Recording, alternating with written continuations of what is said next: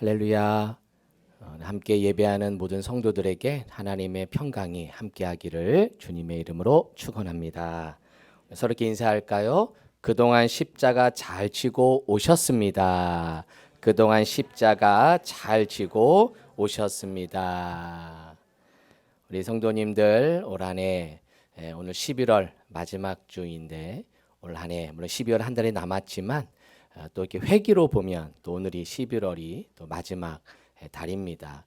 여러분의 올해 십자가 지고 잘 오신 성도 한 분 한 분에게 하나님의 복이 가득하기를 축복합니다.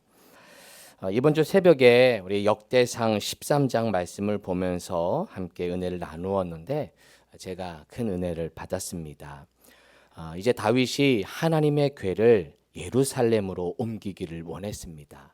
그래서 예루살렘으로 옮기기를 원하는데 옮기기는 마음은 있었지만 그 방법을 잘못 택합니다. 원래는 고앗 자손이 어깨에 메고 예루살렘을 가야 되는데 그렇지 않고 새 수레에 싣고 소들이 그 법궤를 끌고 갑니다.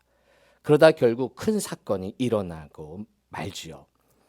기돈의 타종마당에 이르러서 소들이 뛰놀 때 결국 우사가 손을 펴서 궤를 붙들게 되었고 그 궤를 붙듦으로 여호와께서 진노하셔서 결국 우사가 그 앞에서 죽게 되는 사건이 일어납니다.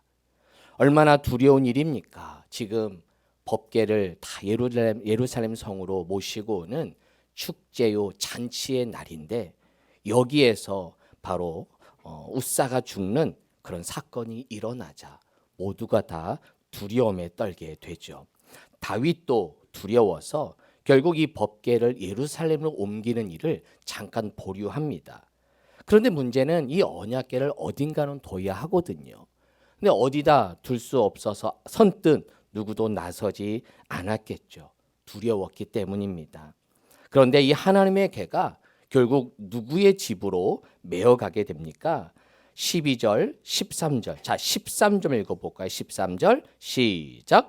다윗이 궤를 옮겨 자기가 있는 다윗성으로 메어드리지 못하고 그 대신 가드 사람 누구의 집? 그렇죠. 오베데돔의 집으로 메어 가게 됩니다. 오베데돔이 제가 이 법궤를 우리 집에 모시겠습니다라고 했는지 아니면 다윗이 니네 집에 모셔라 이렇게 해서 순종했는지 알 수는 없지만 누구도 이 언약궤 하나님의 궤를 맡기는 것을 두려워했을 겁니다. 왜? 사람이 죽어갔거든요. 어떤 일이 일어날지 아무도 모르는 상황에서 그 법궤를 선뜻 우리 집에 모시는 게 쉽지 않았죠. 오베데돔도 역시 두려웠을 겁니다. 그런데 누군가는 해야 했기에 아무도 하지 않아서 누군가는 이 일을 해야 했기에 이 오베데돔이 순종하지 않았을까요? 어느 누구도 십자가를 지지 않았기에 나라도 저 십자가를 져야 한다는 생각으로 자기 집에 그 언약궤를 모신 것이 아닐까요? 이렇게 오베데돔의 집에 이 언약궤를 모셨을 때 하나님은 어떤 은혜를 주셨습니까? 14절 말씀에 보니까 하나님의 궤가 오베데돔의 집에서 그의 가족과 함께 석 달을 있으니라. 여호와께서 오베데돔의 집과 그 모든 소유에 무엇을 내리셨더라? 그렇죠. 복을 내리셨더라. 결국 석 달 동안 그리 오랜 기간도 아니었지만 그 기간 동안 얼마나 두려웠을까? 얼마나 그것을 관리함에 힘들었을까? 그러나 그 십자가를 감당했을 때 하나님께서 오베데돔의 집과 그의 모든 소유에 복을 주신 줄로 믿습니다. 어느 누구도 감당하지 않았던 십자가, 내가 굳이 지지 않아도 되는 십자가, 그런데 그 십자가를 지었을 때 하나님은 그 가정에 복을 주신 것이죠. 주님, 교회 십자가를 지게 하옵소서. 시작. 주님, 교회 십자가를 지게 하옵소서. 여러분, 교회라는 곳은 참 신기한 곳이에요. 교회 일이 내일이 아니라고 하면 내일이 아닐 수 있는 게 교회 일이에요. 저 일은 나와 상관없는 일이야 라고 하면 상관없는 곳이 이 교회라는 곳입니다. 내 일 아니야, 봉사 안 해도 별 문제 없어요. 봉사 안 한다고 뭐 교회 오지 마세요라고 하지 않아요. 전혀 상관이 없어요.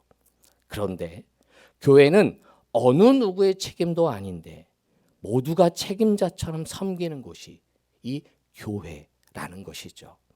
누구의 책임도 아닌데 모두가 책임자처럼 섬기는 곳이 교회입니다. 시작. 누구의 책임도 아닌데 모두가 책임자처럼 섬기는 곳이 신기하지 않아요?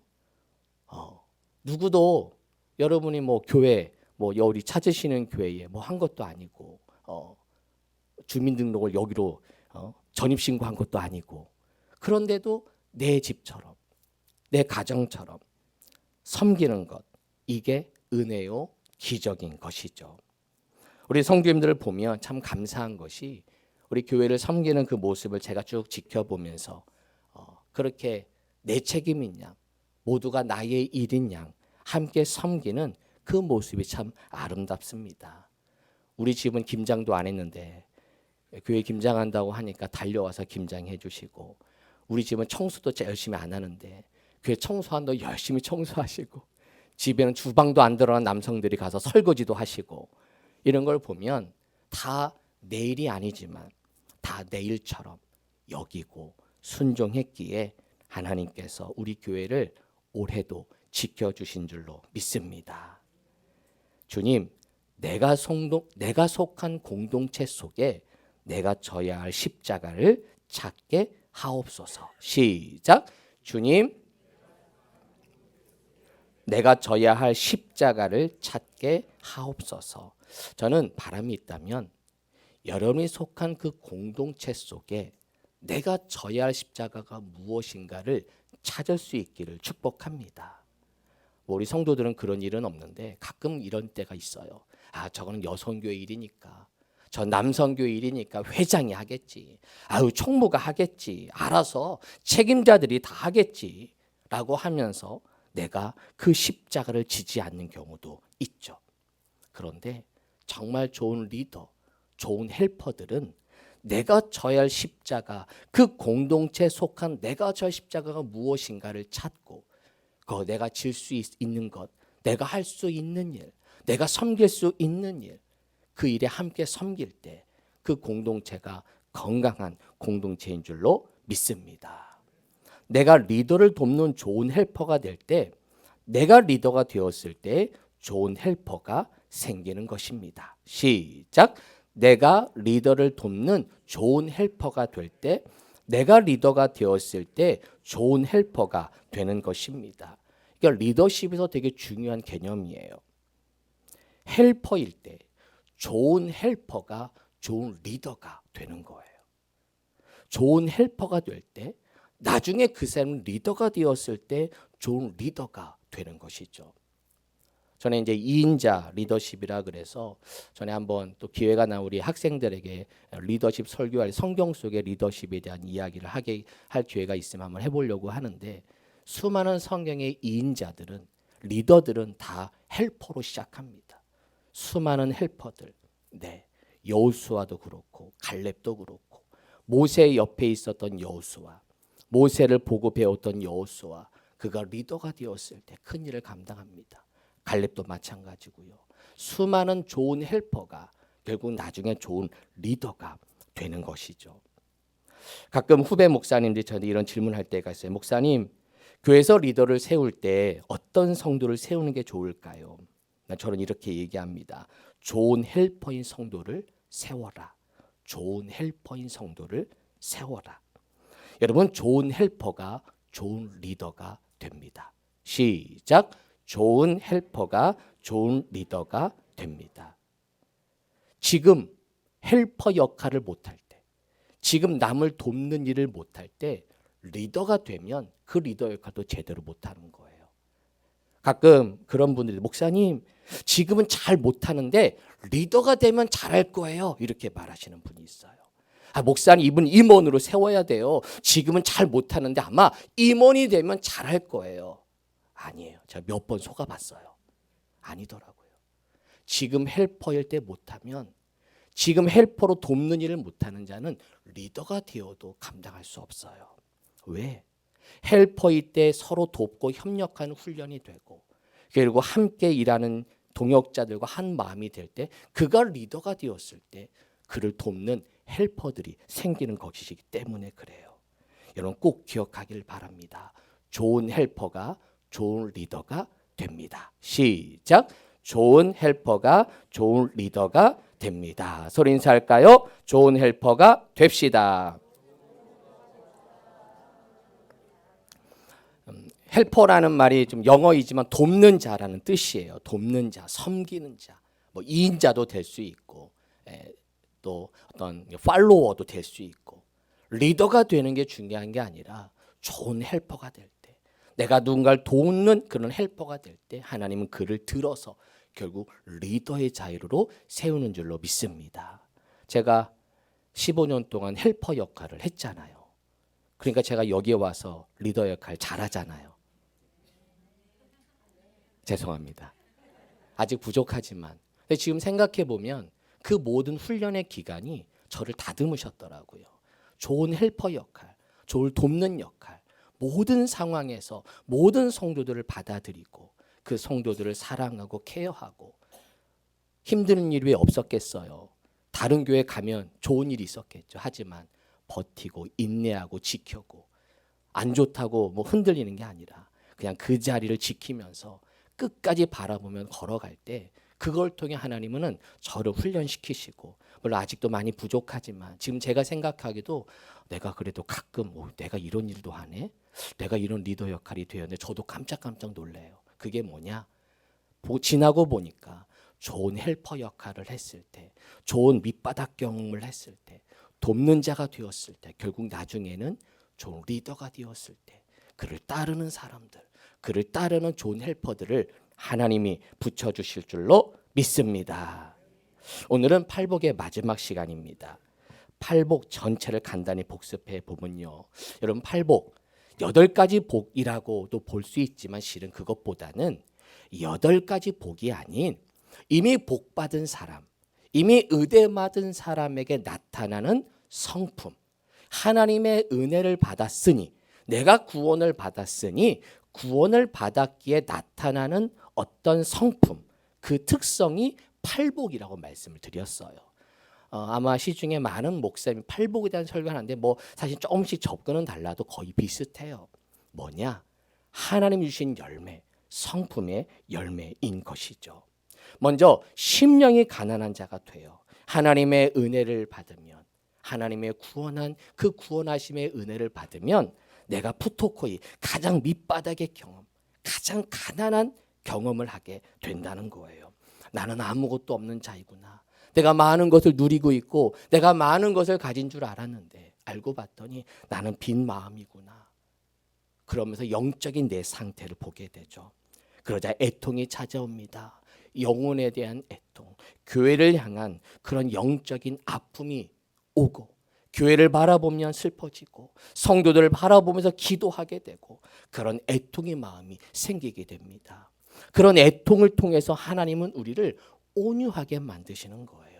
그 애통을 통해 그 고통을 통해 우리로 하여금 나의 모난 성격, 야생마 같은 나를 길들여 가시는 그 하나님의 성품을 보게 되는 거죠. 말씀드렸죠. 온유함은 나의 기본 성품이 아니에요. 나는 좀 착한 사람이야. 나는 이렇게 화를 내지 않는 사람이야. 그런 성품이 아니에요. 내 속에 있는, 내 갈급함이 있는, 내 안에 그 야생마 같은 그 프라우스를 하나님을 길들이시는 그 하나님의 만지심. 말씀에만 반응하게 되고 전에는 상황에 반응했고 좀 기분이 좋아지면 환경이 좋아지면 막 좋아지고 기분이 안 좋으면 축 처지고 그랬던 내가 이제는 변함이 없어요. 그런 환경의 상황에 내가 여전히 말씀에만 반응하며 요동하지 않는 나를 보게 되는 겁니다. 그게 온유한 자가 되는 것이죠. 그렇게 온유한 자를 통해 우리로 하여금 무엇에 줄이고 목마르게 되느냐? 의에 줄이고 뭐에 줄이고 의에 줄이고 전에는 세상 것에 줄였어요. 먹을 게 뭐가 없나? 세상에 좀 얻을 게 뭐 없나? 좀 콩국물 좀 없나? 이러면서 세상 것을 채우려고 했다면 이제는 의가 뭐예요? 하나님과의 관계예요. 하나님과의 관계를 더 우선시해요. 하나님과의 관계를 더 가까이 가려고 해요. 그것을 줄여요. 그것에 목말라요. 어떻게 하면 주님과 좋은 관계를 맺을까? 어떻게 하면 예수님과 더 만날까? 어떻게 하면 더 하나님에 대한 더 가까이 갈까라는 그런 줄임, 목마른 자가 된다는 것이죠. 이 1번에서 4번까지가 하나님과 나와의 관계라면 5번에서 8번까지는 사람과의 관계 혹은 세상과의 관계일 수 있겠죠. 즉 이렇게 하나님으로 말미암아 채워지게 되면, 은혜가 채워지게 되면 이제는 상대방을 향해 긍휼히 여기는 마음이 생기게 됩니다. 하나님의 은혜가 채워지자 내가 긍휼히 여김을 받은 자임을 알게 돼요. 내가 그런 여김을 받았어요. 내가 그런 하나님의 긍휼하심을 입었어요. 그것을 깨닫게 되니 상대방을 향해 긍휼히 여기는 자가 되는 줄로 믿습니다. 그리고 은혜가 채워지니까 내 마음이 청결해져요. 내 마음이 깨끗해져요. 내 눈에 비늘이 벗겨져요. 그래서 하나님의 일하심이 보여져요. 전에는 내 일상 속에서 하나님의 일하심이 보여지지 않았어요.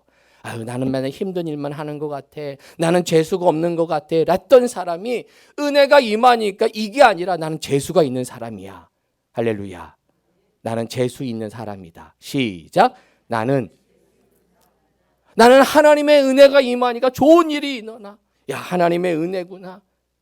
어려운 가운데, 그렇죠, 힘든 상황만 보는 것이 아니라 그 뒤에 하나님의 불병거와 불전차가 나를 지켜주는 내 눈이 열려서 하나님의 일하심을 보는 자가 되는 줄로 믿습니다. 사람에 대한 편견도 사라집니다. 마음이 청결해지니까.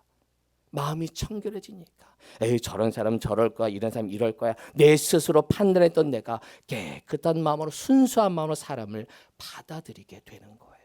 그게 마음이 청결한 자가 되는 것이죠. 이렇게 되자 피스메이커가 되는 거예요.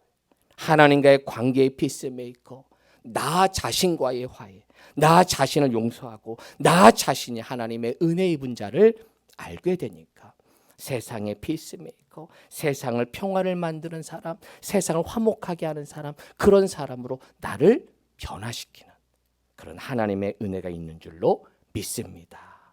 세상의 피스메이커로 살아가기를 축복합니다. 오늘은 마지막 8번째, 의를 위하여 박해를 받게 되는 이야기인데요. 본문 한번 읽어볼까요? 자, 10절 말씀만 시작.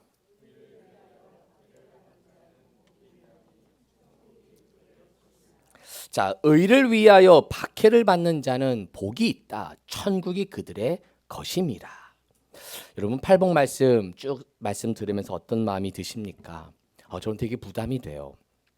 왜 이렇게 살지 못하니까, 이렇게 순종하지 못하니까. 말씀을 보면 볼수록 설교는 저도 부담이 되고 아마 듣는 여러분들도 부담이 될 겁니다. 근데 오늘 말씀이 가장 결정적인 부담이에요. 뭐 박해를 받는 게 복이라고? 박해를 받는 게, 고난을 받는 게 복이라고? 이해하기 어렵죠.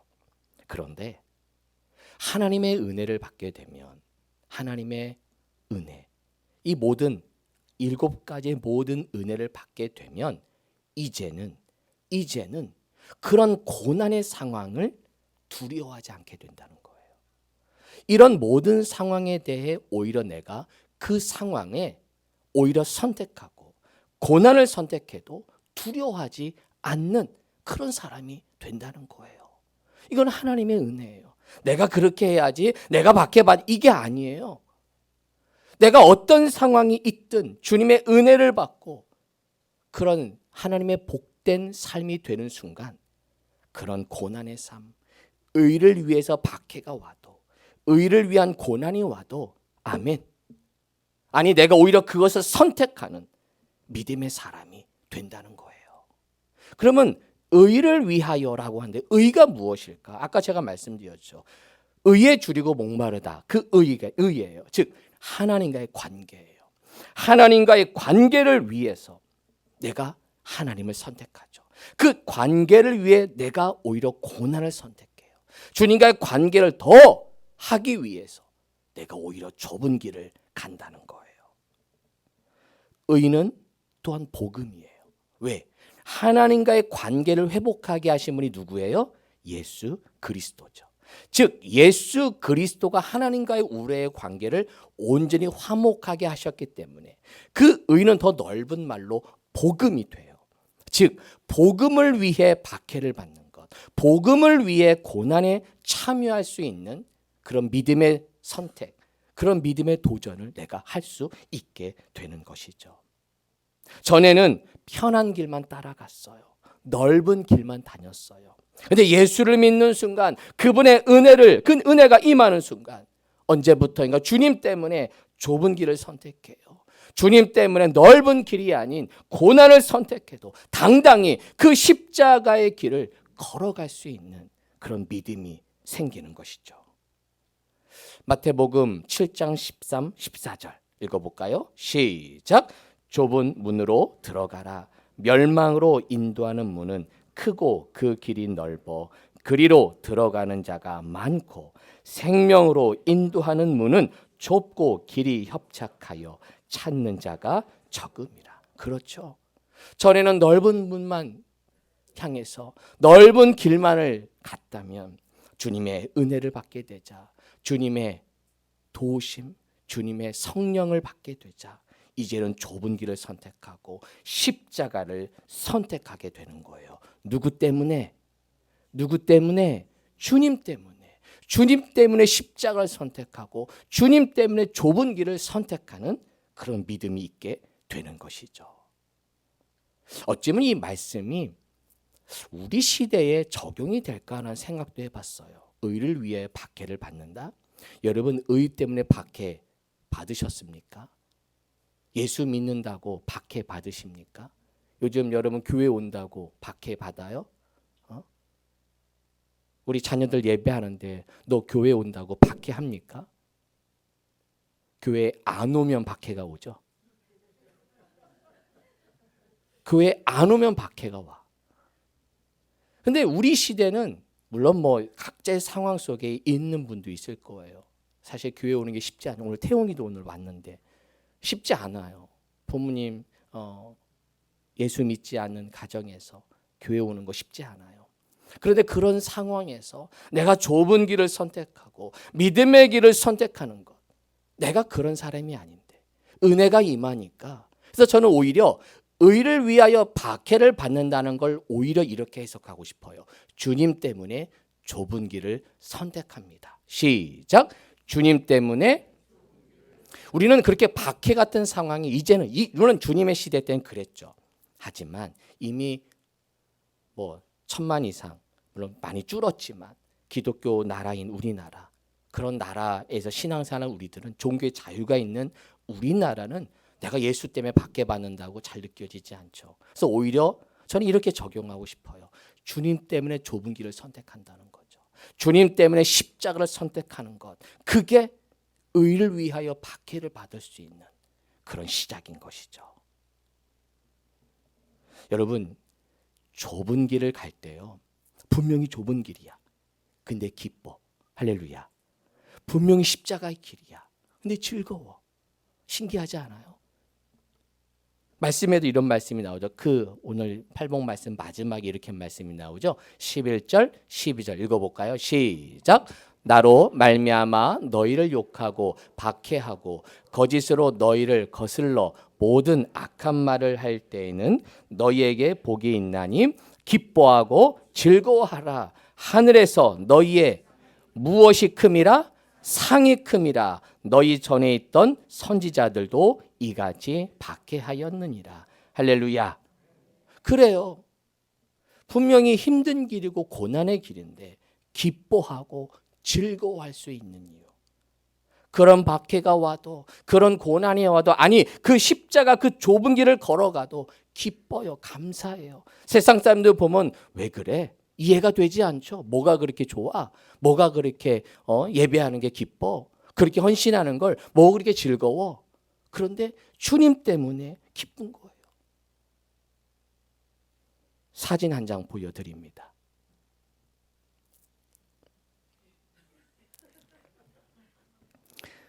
우리 구미자 집사님 감사해요.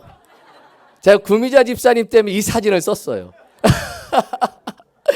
너무 밝게 웃으셔가지고 네, 어제 김장했는데 네, 김장 다 하고 이제 이렇게 밥을 먹는데 우리 구미 집사님 너무 밝게 웃는 모습에 이 사진을 안 쓸 수가 없는 거예요. 아니 뭐가 저렇게 즐거운지 고생하러 오셨는데 몸도 좀 불편한 것도 있으신데 뭐가 저렇게 즐거운지. 그렇죠. 우리 찬양 중에 이런 찬양이 있잖아요. 성령이 계시네 할렐루야 함께 하시네 좁은 길을 걸으며 밤낮 기뻐하는 것 주의 영이 함께 함이라. 같이요. 성령이 계시네 할렐루야 함께 하시네 좁은 길을 걸으며 밤낮 기뻐하는 것 주의 영이 함께 함이라. 무슨 길을 걸으며 무슨 길? 네, 좁은 길을 걷는데 기뻐한대요. 이해가 되지 않아요. 도대체 이해가 되지 않아. 근데 기뻐. 왜? 누구의 영이 함께함이라? 주의 영이. 그렇죠. 성령이 함께하니까 그 기쁨으로 여러분 좁은 길을 선택하며 나아가는 줄로 믿습니다. 사랑하는 성도 여러분, 우리는 주님 때문에 그 어려운 길을 기쁨으로 갑니다. 우리는 주님 때문에 그 어려운 길을 기쁘게 갑니다. 시작. 우리는 주님 때문에 그 어려운 길을 기쁘게 갑니다. 그렇죠. 그 어려운 길을 기쁘게 갑니다. 누구 때문에? 저 때문에요? 누구 때문에요?